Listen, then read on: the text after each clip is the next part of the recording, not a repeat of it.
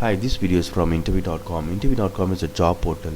If you're looking for a job, you can log on to interview.com and you can post your resume with us. In this video, I'm going to talk about how to write two property files in Java.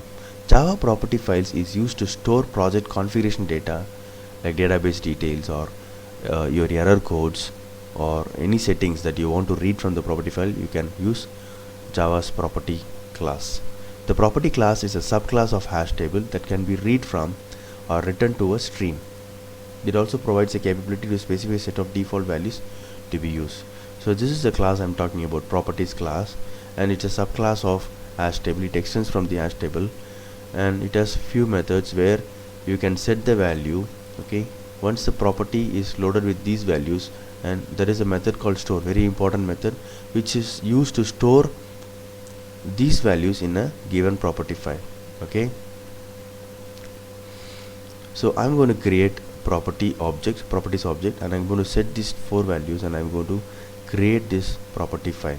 I'll show you how exactly this property file looks like, okay, after creating it. And the advantage here is you have the key value, say database password database and DB user, port, everything. So you want to change the database password, DB password. You can open this property file, and anytime you can change the password and you can restart your application.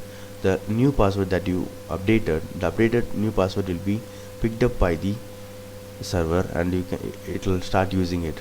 You don't, if you have already hard coded in the code, you have to change the code and compile it. But if you use property files, it's really useful. You don't have to change the code, you can just change the property file and restart your server. That's it. Okay, let's debug and check how exactly it creates.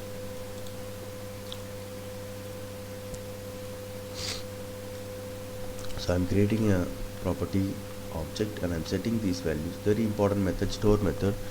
It's going to create the property file. So I'm going to